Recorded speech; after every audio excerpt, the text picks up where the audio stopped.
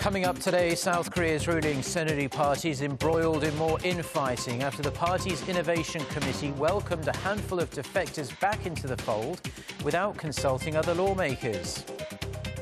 A US House committee passes a bill calling for relisting North Korea as a state sponsor of terrorism.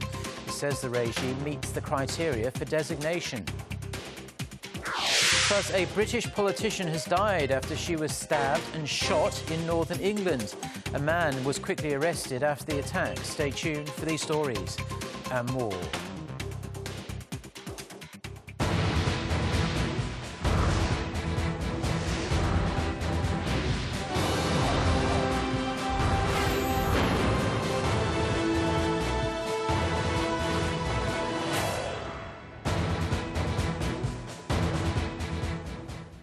Hello, it's noon on Friday, the 17th of June. You're tuned in to our midday newscast here on Arirang TV. Thank you for joining us.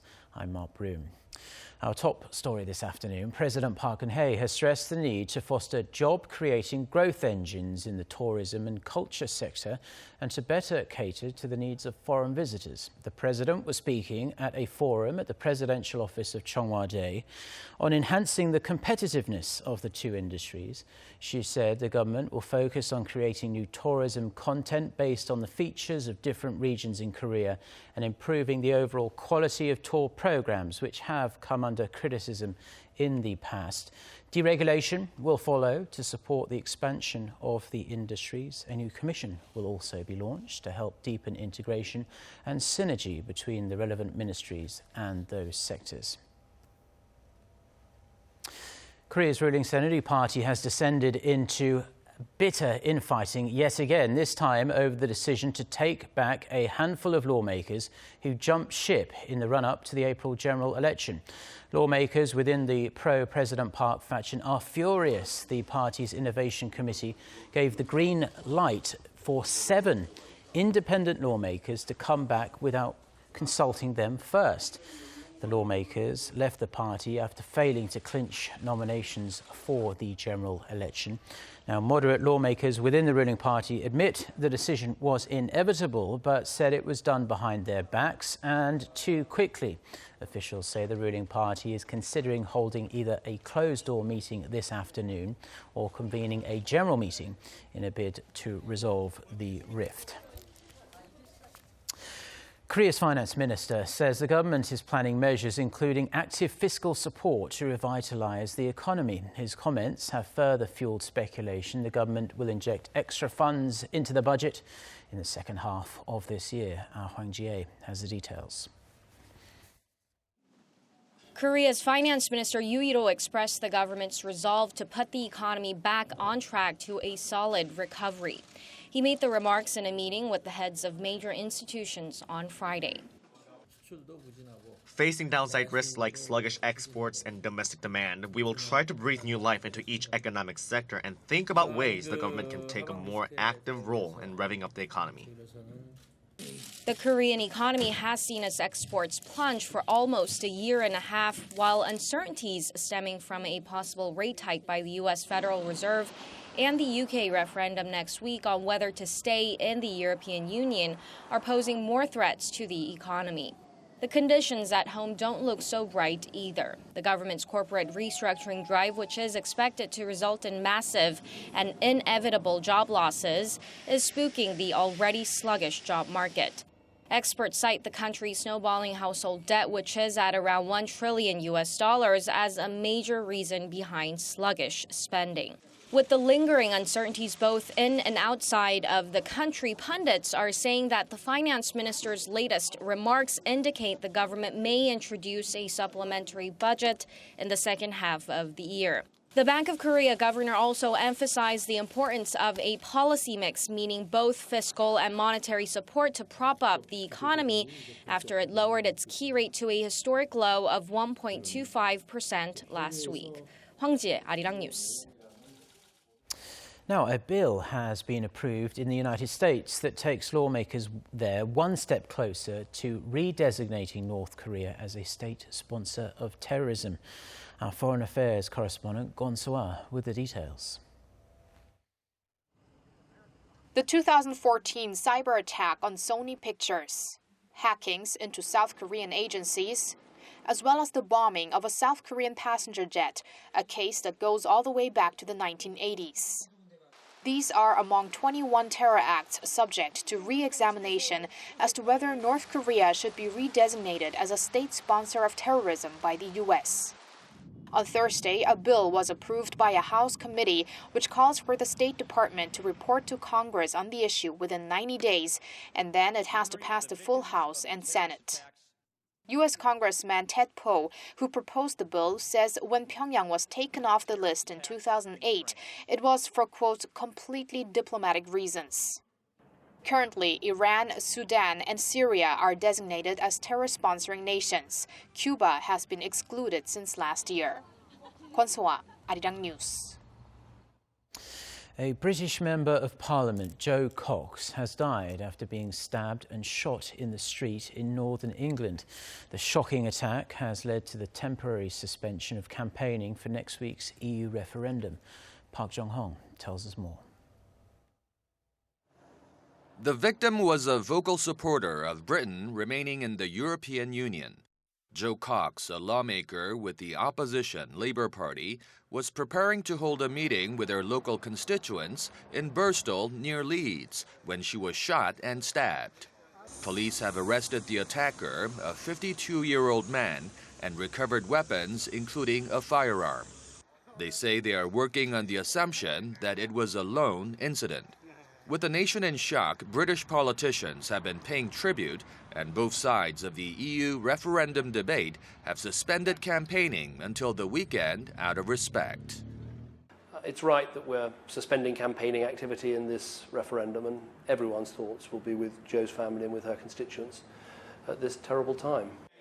The 41-year-old mother of two was known for her work on women's issues and had worked on U.S. President Barack Obama's first election campaign.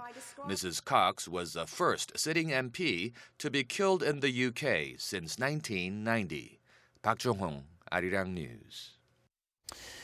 US President Barack Obama arrived in Orlando on Thursday with Vice President Joe Biden by his side. He delivered a heartfelt speech on the gay nightclub massacre and made a firm statement on gun violence. The investigation into the shooting has made some progress as well. Ian Shin has the latest.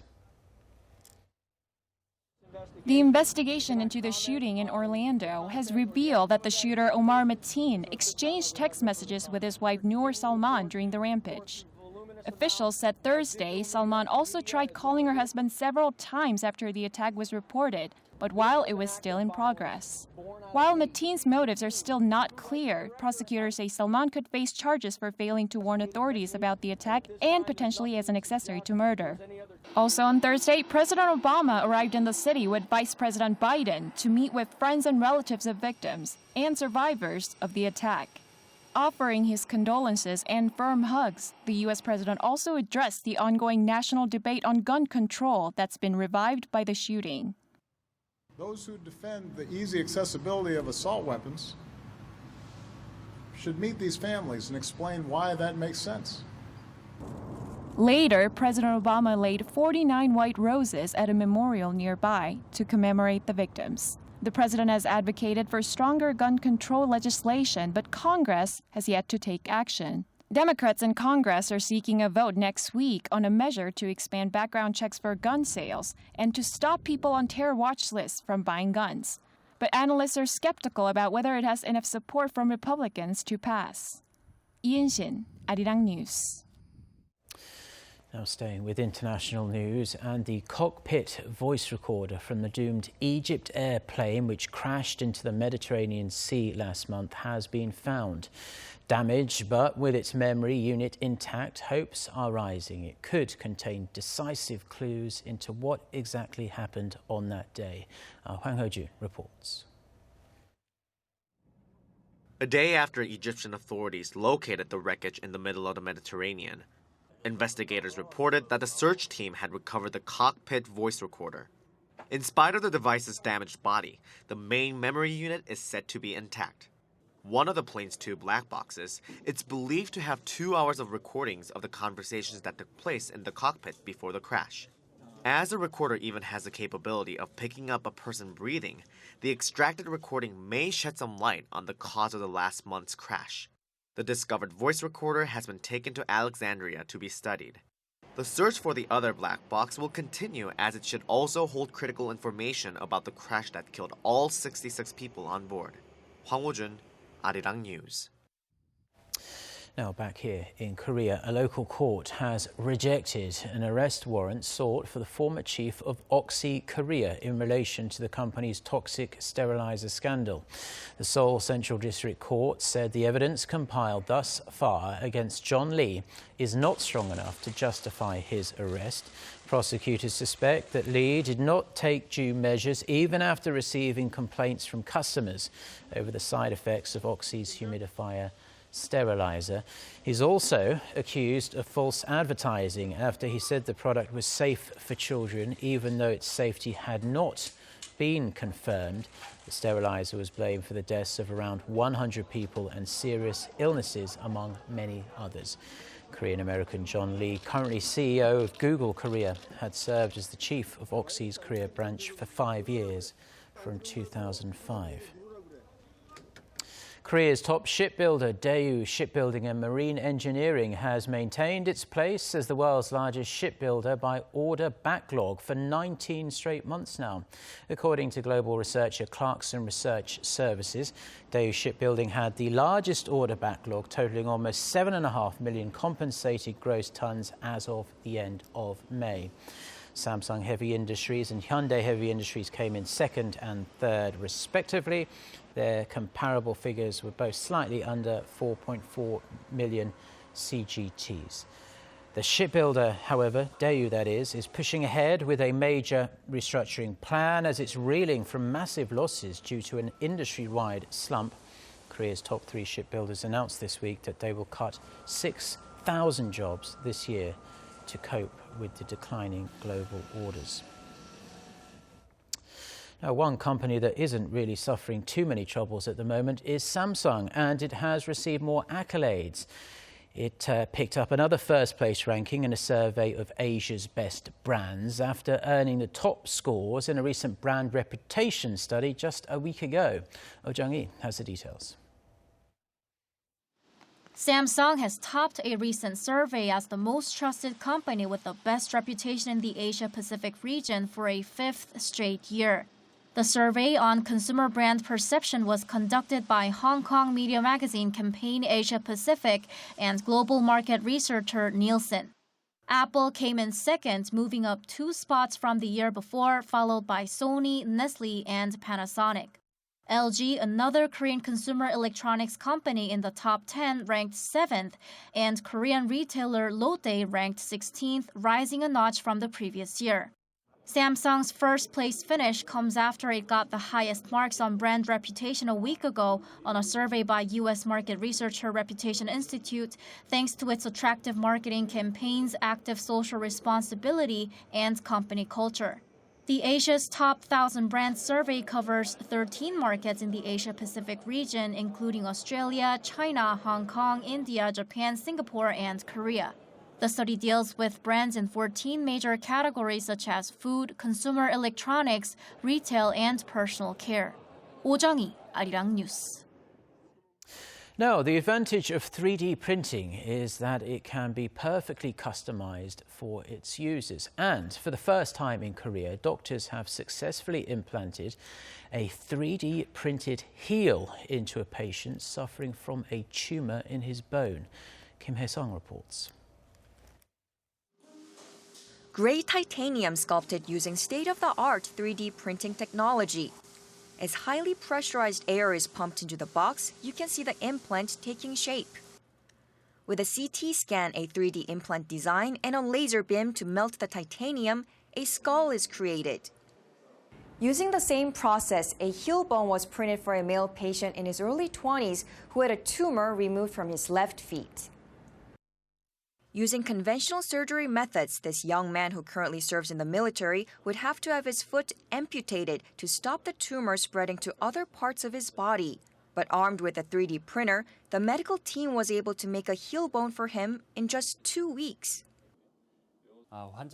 The heel bone is strong enough to support the patient's weight, and it perfectly fits his anatomy, significantly lowering the possibility of a complication developing down the line.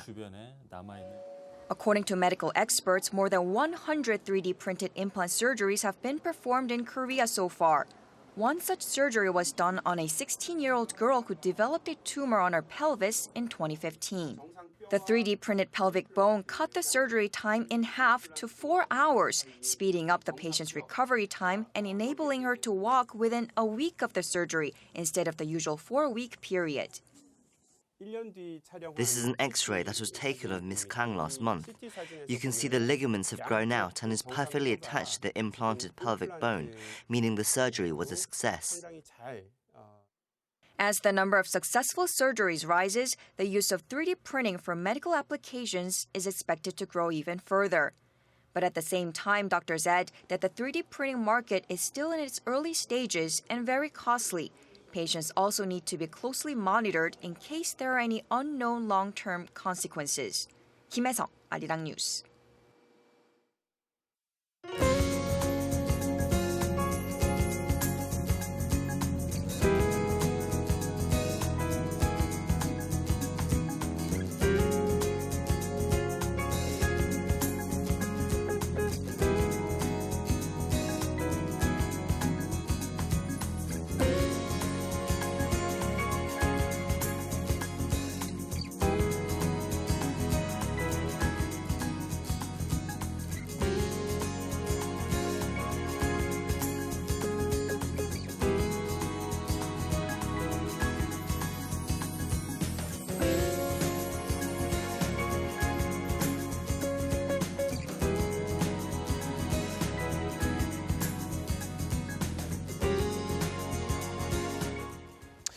Well, those are stories we've been following on this Friday afternoon here in Seoul. For more of the latest, don't forget to check out the website arirang.com/news. We also have a smartphone application. You can find it by going to your app store and searching for Arirang TV. Have a great Friday.